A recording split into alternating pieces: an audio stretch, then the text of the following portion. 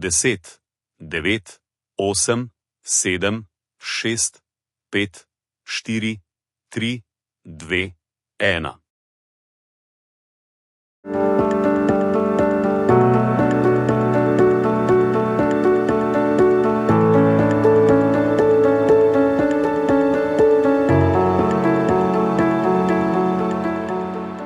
Pozdravljeni v novi epizodi, kjer gremo res v globino.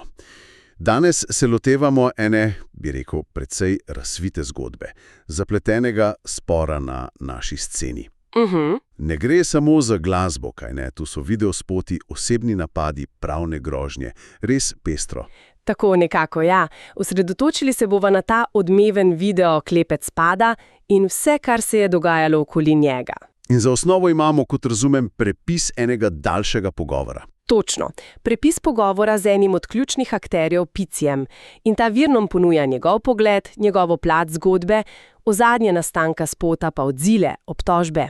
Dobro. Torej, naš namen danes je razčleniti ta spor, ampak specifično skozi oči tega vira. Kaj se skriva za vsem tem, kakšen je kontekst? Poskusimo to osvetliti. Mogoče za začetek, čisto na kratko, o ozadju. Ta spor med Zlatkom, za katerega zdaj govori Pici v tem našem viru, in pa Čaletom Saletom. Ni nekaj novega, ne? Ne, to se je stopnjevalo. Bila je cela serija diss-trackov, teh kritičnih komadov, pač del hip-hop kulture, ampak... Ampak očitno je šlo čez rob, ker omenjaš tudi tožbo. Ja, Čale Sale je vložil tožbo proti Zlatku, tako da je zadeva presegla glasbene okvirje, vsekakor. Ok, pojdeva k videospotu Klepec spada. Nastanek. To zvoni kot velik projekt. Vir omenja cifro okoli 20.000 evrov. Ja, kar je za slovenske razmere, še posebej za tak neodvisen projekt, res veliko. In denar? Odkot? Zanimiva mešanica po Picijevem pripovedovanju.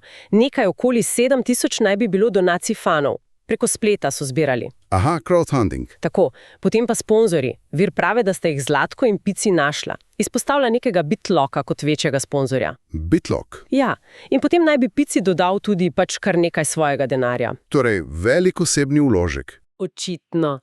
Vir omenja celo Burek Olimpijo, da so nekaj prispevali, ampak niso hoteli biti navedeni na koncu. Samo pojaviti so se hoteli v spotu. Zanimivo. Produkcija pa. Snemanje. Kar zahtevno, kot kaže. 4 dni snemanja na različnih lokacijah. Kje pa? Vir navaja neko območje med priključki na avtocesto, ki so ga spremenili v kao zaporniško dvorišče. Potem zanimivo naj bi dobili dovoljenje župana Jankovića za snemanje v Seni dvorani mestne hiše v Ljubljani. Res? V mestni hiši? Tako trdi Virja. In pa prizore zaporniških celic so posneli v nekem zaklonišču v Šiški. Vse skupaj zvoni precej filmsko. Kdo je to režiral, montiral? Neki Anža Andrej. Pici Viru pravi, da je že prej sodeloval z Zlatkom, pa tudi s tujimi zvezdniki, omenja Chrisa Browna. Aha, torej izkušen človek. Očitno. Montaža naj bi trajala približno 10 dni, kar tudi kaže, da je bilo materiala kar veliko. Koncept spota. Ta je bil pa precej kontroverzen, kaj ne? Pogrebna scena. Ja, to je osrednji motiv. In po Picijevih besedah je bila to njegova ideja že odprej.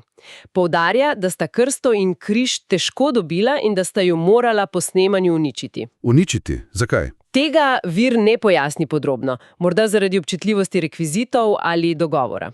Na križu pa letnice 1991, Čaletovo rojstvo, in 2025. Simbolični pokop v prihodnosti.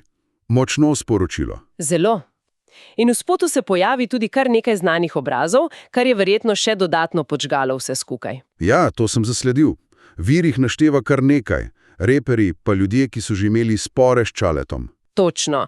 Junior Vax, ki je imel nek spor, pa MMA borec Anže Vujčič, ki je imel, kot bomo videli, precej resen konflikt s Čaletom, vključno s tožbo. Pa igralec Robert Prebil, David Klobase. Ja, pa neki Strelok, pa statisti, ki jih je Pici našel kar preko družbenih omrežij. Zdi se, kot da so hoteli zbrati čim širšo koalicijo. Vtis moči, podpore. Verjetno. In to nas pripelje do jedra, do teh očitkov in razkritij, kot jih podaja Pici v Viru. Čaletov odziv je bil pričakovano oster. Pravni. Tožba. Kolikšen zahtevek? Vir pravi, da preko 40.000 evrov. Poleg tega pa naj bi si Čale po Picijevih trditvah prizadeval za zaprto sojenje, brez javnosti. Zakaj? Kakšni naj bi bili razlogi? Vir navaja domneve, da naj bi Čale zbiral dokaze o duševnih stiskah. Obiskoval naj bi psihoterapijo. Pridobival recepte za pomirjevala. Heleks, omenja vir. Torej, sklicevanje na osebno stisko zaradi spota in vsega skupaj? Tako nekako. In pa poskusi odstranitve vsebin spleta, seveda. Kako pa Pici oziroma vir prikazuje Čaleta kot osebo? Ja, precej negativno. Kot nekoga z narcisoidnimi potezami, ki ne prenese poraza, ki vedno krivi druge. Tipičen opis v takih sporih morda. Mogoče. Pici tudi špekulira, da bi Čaleta lahko situacijo obrnil drugače. Samokritiko, morda z neko dobrodelno akcijo v povezali z afero Milijonar, ki je bila prej. Afera Milijonar. To je bilo tisto, ko je nastopil v kvizu. Ja, in Pici je potem naredil neko parodijo z majicami in z dobrodelnim namenom, kar je Čaleta očitno zmotilo. Pici v viru omenja tudi neko neskladje med uličnimi kodeksi in sodiščem. Ja, to izpostavlja. Da naj bi Čale poudarjal pomen omerte, zakona MOKA, neke ulične časti, potem pa zadevo rešuje preko policije in tožb. Pici se pač sprašuje, kako gre to skupaj. Dobro, pojdiva zdaj na te konkretne incidente, ki jih Pici našteva. Seznam je kar dolg, praviš. Mogoče jih lahko nekako združimo v sklope. Lahko poskusiva, ja. Prvi sklop bi bile te javne provokacije. Omenila sva že Milijonarja, potem vir navaja resno obtožbo, da naj bi Čale nagovarjal mulce naj mečejo jajca v Zlatko balkon. To je kar huda obtožba. Vsekakor. Drugi sklop so pa zelo osebne stvari, iz zasebnega življenja. Tudi to. Ja, vir govori o domnevni Čaletovi nezvestobi med partnerkino nosečnostjo. To je pa že. Zelo osebno, ja. In vir dodaja eno bizarno podrobnost, da naj bi uporabljal kondome iz spoštovanja, da kao ne bi česa prenesel na partnerko. Seveda, poudarjam, to so trditve iz vira. Seveda, to je Picijeva plat zgodbe. Kaj pa tretji sklop? Ta se nanaša na fizične in pravne spore. Tukaj izstopa incident z MMA borcem Anžetom Vujčičem. Kaj se je tam zgodilo? Po viru. Po Picijevem pripovedovanju naj bi Čale prvi udaril Vujčiča. Menda zato, ker naj bi Vujčič osvajal njegovo partnerko. Aha. Potem pa naj bi v pretepu Čale potegnil krajšo. Menda je pobegnil, prijavil Vujčiča policiji, ga kasneje tožil. In dobil odškodnino. Vir trdi, da ja. 8.000 evrov naj bi dobil.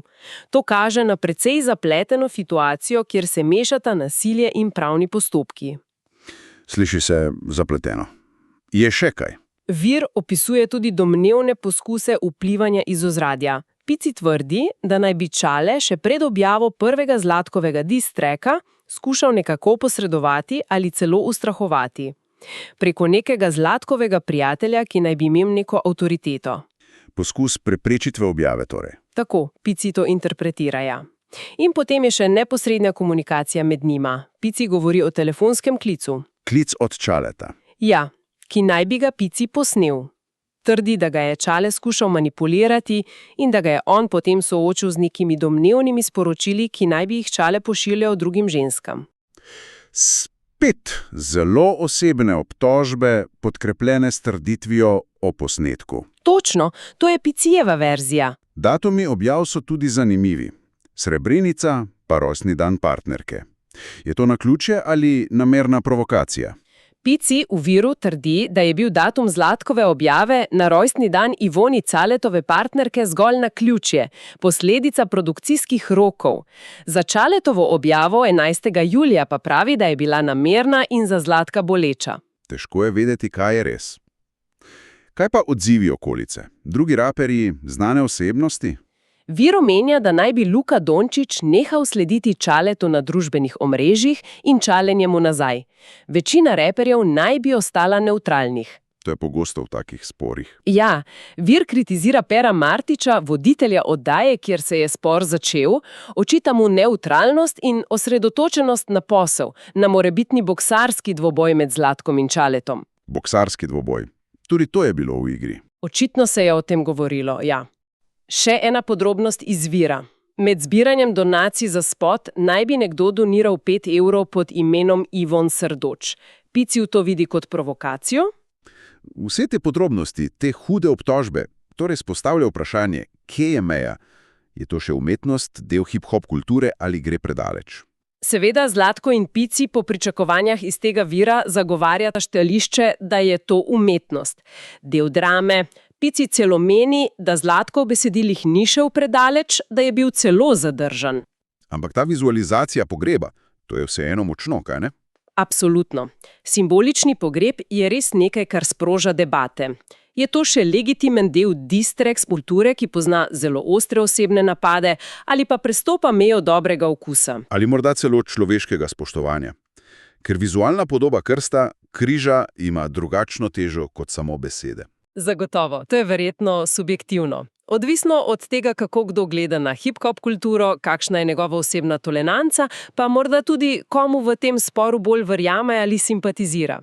Verjetno. Poglejva še pravni del. Tožba je torej vložena? Ja, strani Čaleta. Aktivna je. Vir pravi, da je bila ponujena mediacija, ampak da jo je Zlatkova stran zavrnila. Zakaj? Tega vir ne pojasni, ampak Pici izraža pričakovanje, da bo sojenje javno. Kljub Čaletovim prizadevanjem za zaprtje. Tako je. Pici meni, da razlogi za zaprtje, varovanje zasebnosti, duševne stiske niso utemeljeni, ker se je vse odvijalo javno in ker gre za javne osebe. To je njegovo mnenje, seveda. Ampak to ni edina pravna fronta, kot kaže, omenjaš prijavo inšpektoratu.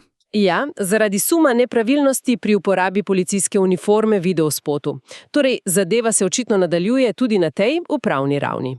Še pozamema, kaj nam ta vir razkriva? Gre za izjemno kompleksen spor.